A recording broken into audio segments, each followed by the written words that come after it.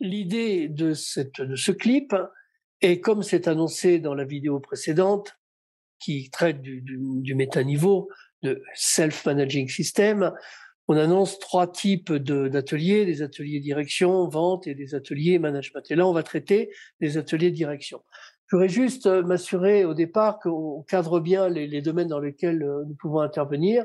Fondamentalement, on intervient dans des situations de crise, voilà, des lancements de projets, de transition, par exemple, et surtout quand ces projets rencontrent des résistances stratégiques.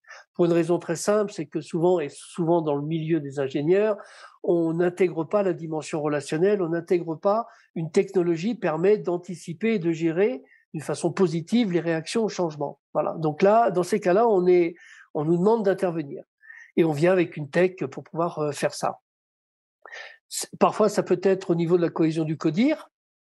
Bien souvent, bon, ce sont des gens assez puissants quand même, hein, et donc parfois il y a des écarts de point de vue, et à l'intérieur des écarts de point de vue, plus qu'on pourrait appeler les écarts de style ou de positionnement, et on a parfois des tensions qui se solidifient et pour lesquelles ça nécessite de faire un travail de re-responsabilisation, de refocalisation, etc., sur les bonnes pratiques au niveau d'un codir. Et puis, vous avez aussi les guerres d'influence, parfois elles peuvent être sévères, hein, et donc nécessitent de prendre nous parti pour la direction et de l'aider à localiser les gens qui veulent s'opposer d'une façon un peu arbitraire et qui peuvent faire beaucoup de dégâts. Rompre avec la solitude du dirigeant, on ne fait pas de coaching dirigeant proprement dit, mais dès lors où on est lancé dans une opération, eh bien on côtoie le dirigeant et c'est aussi bien intéressant pour nous que pour lui qui reçoit quand même un conseil. En tous les cas, on l'aide à prendre du recul et on a des échanges qui peuvent être extrêmement constructifs. Donc on voit bien que nos interventions sont toujours dans un cadre opérationnel. On est directement en connexion avec le mouvement, avec l'action, avec le projet. On n'est pas en amont, dans une sorte de tour d'ivoire où on donnerait des conseils en laissant les gens se débrouiller. Non, on va jusqu'au bout et on est avec eux sur le terrain. Donc, ceci étant dit, ça vous donne un aperçu des domaines dans lesquels on peut intervenir, au niveau du CODIR, j'entends bien. Regardons maintenant ce qu'on appelle le cycle de direction. Vous avez ici un schéma à plusieurs niveaux. Vous avez les grandes fonctions de l'entreprise qu'on a synthétisées ici, dirigeant, l'informatique, le commercial, les ressources humaines, la technique, l'administration, finance, etc. Et peut-être d'autres fonctions clés. Et l'ensemble de ces fonctions sont impliquées dans un processus.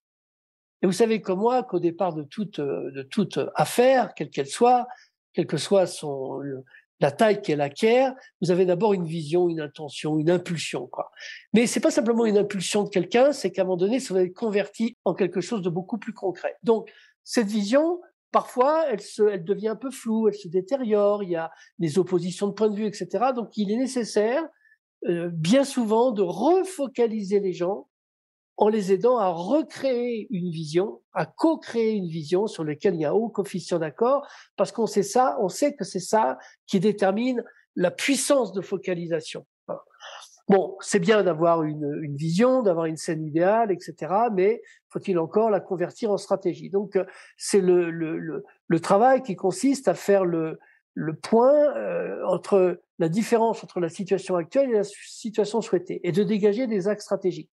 Et puis ensuite, eh bien, là, je dirais qu'il y a souvent les entreprises savent avoir des projets techniques. Mais des projets stratégiques, c'est une autre dimension qui intègre d'autres facteurs que la technique, notamment la motivation des gens, l'adhésion des gens, etc. Donc, construire un projet, c'est aussi prendre en compte tous ces paramètres. Et puis enfin, ben, vous avez la communication. Il va falloir d'abord communiquer, à un haut niveau de communication, et puis ensuite s'assurer que l'information passe bien en cascade au travers du management jusqu'aux opérationnels, au point où on est en capacité de produire.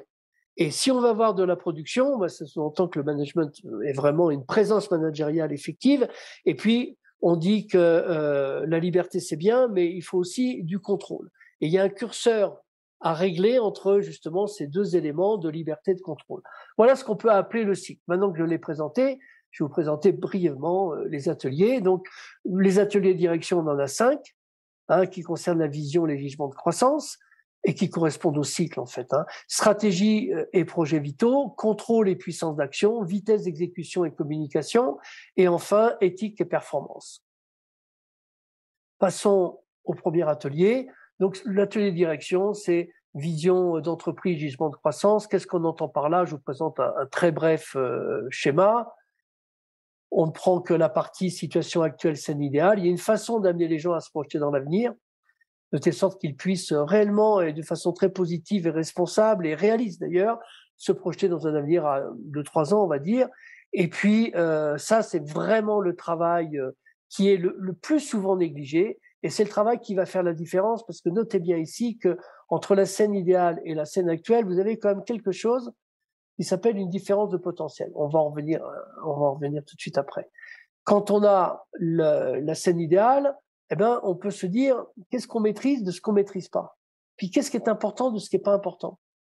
Et ça, c'est un travail qui se fait en collectif. C'est un travail, en fait, d'analyse assez objective, en réalité. Et on peut dégager des choses qu'on maîtrise pas et des choses qui sont importantes. Et là, vous avez les gisements de croissance, vous avez les axes de développement. Je ne vais pas plus loin. C'est sur cette base-là qu'ensuite, on va pouvoir passer à l'atelier numéro 2, c'est les axes stratégiques et les projets vitaux. Donc, je reviens sur cette notion de différence de potentiel entre la situation souhaitée ou la scène idéale et la situation actuelle. Si vraiment les gens qui sont là se projettent d'une façon positive, avec un niveau de communication suffisant, et qu'ils sont capables d'imaginer à quoi ils aimeraient ressembler demain, tout en restant réalistes, objectifs, mais je dirais enthousiastes, c'est-à-dire une certaine forme d'ambition, si vous voulez, eh bien, vous avez entre les deux un axe d'évolution. Et cet axe d'évolution a quelque chose de particulier, parce que c'est une ligne d'énergie. Vous avez créé une différence de potentiel, vous avez créé de l'énergie, vous avez créé de la motivation. Et quand vous avez un codir qui est motivé, vous avez une vraie puissance en action. Et puis ensuite, évidemment, les projets, là, c'est un schéma que je ne vais pas détailler, mais on néglige le fait que le projet, c'est pas juste une ingénierie du type plan perte, voyez, c'est pas juste un plan logique. Il y a une dimension humaine à intégrer. Donc, si vous intégrez cette dimension humaine dans votre processus, vos chances d'emmener non seulement le comité de direction et puis les gens qui sont directement impliqués, mais également tous les autres, en évitant et en faisant sauter progressivement les résistances qui obligatoirement vont émerger, eh bien, vos chances de faire aboutir le projet dans de très bonnes conditions et gagnantes pour tous sont très, très élevées.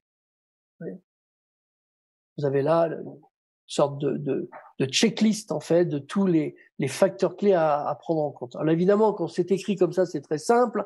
Maintenant, il faut le mettre en scène, en jeu, avec des groupes de personnes. Je rappelle que ce sont souvent des gens qui sont intelligents, qui sont puissants, qui ont des fortes personnalités, etc. Donc, vitesse d'exécution, organigramme fonctionnel. Donc, j'aimerais revenir en amont sur une dimension très importante qu'on appelle le contrôle. Là, je vous ai fait le schéma simple. Et ça ne doit pas être plus compliqué que cela. Quand il y a une série de projets stratégiques, vous avez un porteur de projet, vous avez un responsable du projet, et il a son équipe dans certains cas. Et ce projet, il a un nom. Et ce nom, il est inscrit dans un tableau, voyez. Et puis, il a un plan d'action. Donc, il a un certain nombre d'étapes à franchir. Et vous avez des revues de projet. Ici, le rouge, là, vertical, c'est le temps présent. Et quand on fait une revue de projet, au niveau du CODIR, souvent, ça se fait dans une très belle salle, après un petit déjeuner, etc. Non, non. Une revue de projet, ça se fait dans une salle, effectivement, avec un grand tableau. Voilà. Et on est debout. Parce que ça ne doit pas durer des heures. Pourquoi? Parce qu'en amont de cette revue-là, vous avez deux situations. Soit le gars, il est dans son planning. C'est en ce sens que les projets doivent être écrits de telle sorte qu'ils puissent être facilement contrôlés. Soit le gars, il est dans son planning et ça va bien. Et dans ces cas-là, on affichera un drapeau vert. Et on fera juste un petit tour de table pour savoir comment il s'y est pris, voilà, qu'il puisse partager aussi le fait qu'il a atteint cet objectif. S'il y a un problème, il fait pas au dernier moment qu'il le sait. C'est peut-être 8 jours qu'il est au courant de ça. Donc ça veut dire que dès qu'il a un problème qu'il ne peut pas résoudre par lui-même, il doit le faire savoir au gars qui est chargé du tableau de bord. Et derrière ça, il doit immédiatement aller voir son manager pour recevoir de l'aide. Oui, s'il n'est pas capable de le faire par lui-même. Et donc là, il va apprendre, il va mettre en place une solution, etc. Donc je dirais qu'il faut revisiter complètement la notion de contrôle. Contrôle, commencer, changer, arrêter. S'assurer que les choses aillent en temps et en heure. Et là, je peux vous garantir que quand on arrive à cette simplicité, on a enlevé beaucoup de brouillard dans la tête des gens. Vitesse d'exécution et organigramme fonctionnel.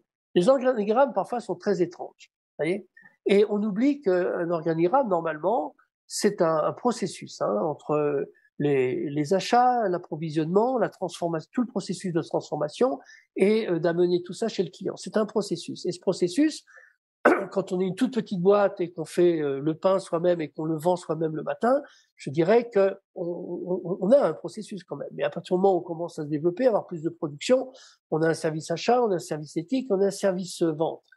Et ça, c'est un processus. Minimum, c'est 7 personnes. Puis après, ça se développe. Donc, on va commencer à avoir besoin d'aide. Et on va positionner des gens. Vous voyez, ça, c'est l'organigramme. Mais chaque personne est porteuse d'une partie du processus. Même si c'est transversal, vous voyez, il est une partie du processus. Et le processus, il a un produit final.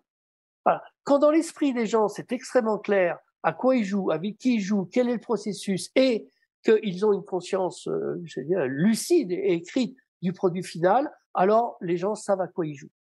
Et si ensuite vous vous assurez qu'entre les différents terminaux, les différentes personnes qui doivent travailler ensemble, on est au clair sur le type d'information qu'on doit donner et recevoir, et qu'on est un minimum entraîné pour accomplir des cycles d'action de façon efficace, c'est-à-dire qu'on ne va pas laisser traîner et s'empiler les dossiers, c'est une question de gestion personnelle de l'activité, alors non seulement les consignes descendent très vite sur les lignes, reçoivent un écho, et deuxièmement, ça remonte aussi très vite. Vous voyez, et vous avez des temps de réaction qui sont très rapides.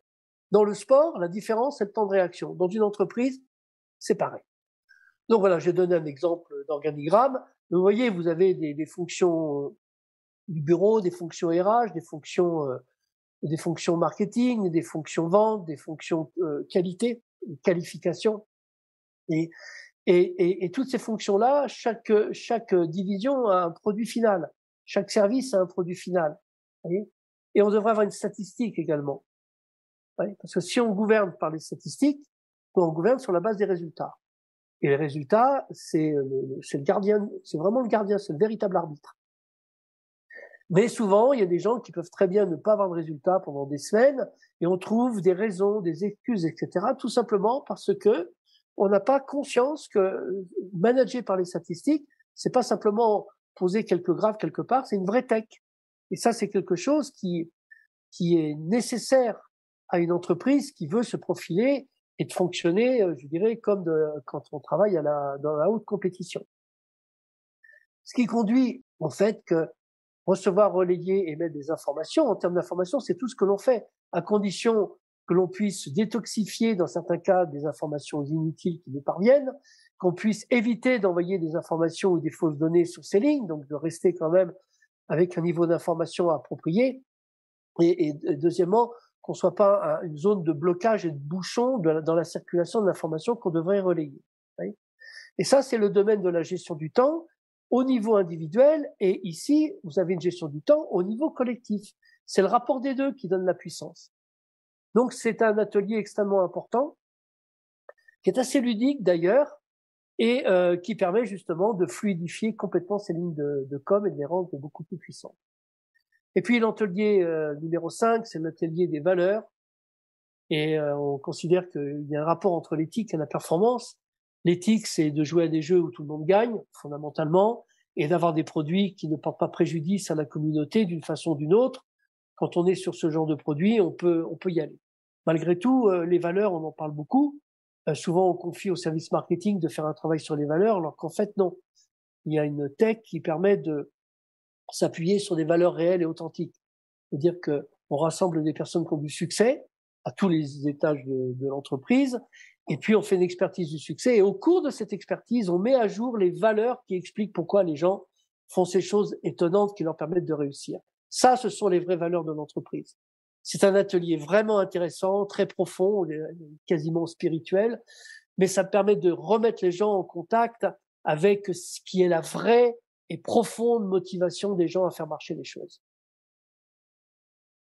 Vous voyez, dans ces valeurs-là, ce sont les valeurs du judo, et vous les avez en positif et vous les avez en négatif. On va prendre par exemple respect, mépris. Vous voyez, et on s'est rendu compte d'un phénomène étonnant, c'est que toutes ces valeurs fonctionnaient les unes avec les autres, et que parfois on peut avoir des valeurs fortes mais des valeurs faibles. C'est bien d'en avoir une conscience personnelle, mais également se rendre compte que si une société cultive vraiment dans l'action ces valeurs, parce qu'elles correspondent vraiment à l'état d'esprit, à l'engagement de personnes qui ont des résultats, on sait ce qu'on veut cultiver comme valeur, des valeurs qui contribuent aux résultats. Vous voyez, eh bien, quand on fait monter le niveau de valeur, étrangement, et logiquement pourtant, vous voyez les valeurs négatives, c'est-à-dire les comportements négatifs qui s'abaissent. Donc voilà, oui, donc ça c'était la slide qui explique ce que je viens de dire. En expertisant des divisions, services et des postes qui ont du succès, on peut dégager le vrai système de valeurs authentiques, les valeurs qu'on a intérêt à cultiver. Donc vous voyez comment au travers de ces 5 ateliers, on met en place la vision, on met en place des stratégies, on définit des projets qui sont des vraies lettres de mission que l'on va pouvoir derrière contrôler, on met en place une communication basée sur une amélioration de la communication interpersonnelle. Et là, dans ce domaine-là, dans les gens qui ont du pouvoir, souvent le pouvoir suffit, ils n'ont pas besoin de communiquer. Et c'est parce qu'ils n'ont pas besoin de communiquer que certains, excusez-moi d'être un peu brutal, communiquent comme des cochons. Et ça explique pourquoi il y a certaines ruptures de com, donc rupture de flux, donc blocage, donc problème. Donc revenir aussi à quelques standards de communication au niveau de l'interpersonnel, mais également, comme on l'a vu, au niveau de l'organigramme, etc. Et puis, bon, il y a la production, et là, on est vraiment plus dans le domaine du management, de faire marcher les choses, etc. Et pour s'assurer que les projets avancent dans la bonne direction, eh bien, on va devoir exercer un contrôle ultra positif, et non pas un prétexte à passer une demi-journée et suivi d'un très bon repas. Ça ne veut pas dire qu'il ne faut pas faire ça, mais ça ne veut pas dire que ça ne devrait pas être fait dans le cadre du contrôle. Voilà, j'espère que c'était intéressant. Vous êtes les bienvenus pour pouvoir échanger avec moi et de pouvoir imaginer un programme dans lequel nous pourrions organiser ce type d'atelier pour votre entreprise. Voilà, je vous dis à très bientôt.